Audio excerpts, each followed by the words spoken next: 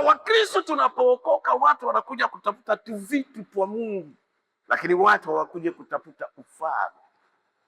Na kama tungekuja na target na kuja hapa kusudi nipate ufalme, nikipata ufalme napata vitu vyote vya ufalme.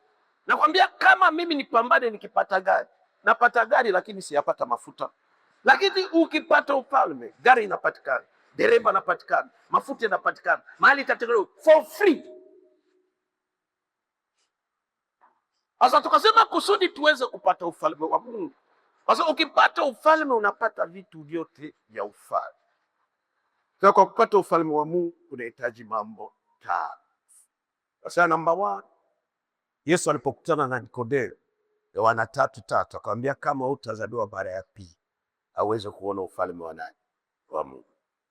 Siweze kuwa rais, siweze kuwa makamu wa rais, siweze kuwa waziri katika taifa ya Tanzania kwa sababu mimi si mzaliwa wa Tanzania. Na hatuweze kupata vitu ya ufalme wa Mungu kama hatujazaliwa mara ya pili, kuamua kuokoka.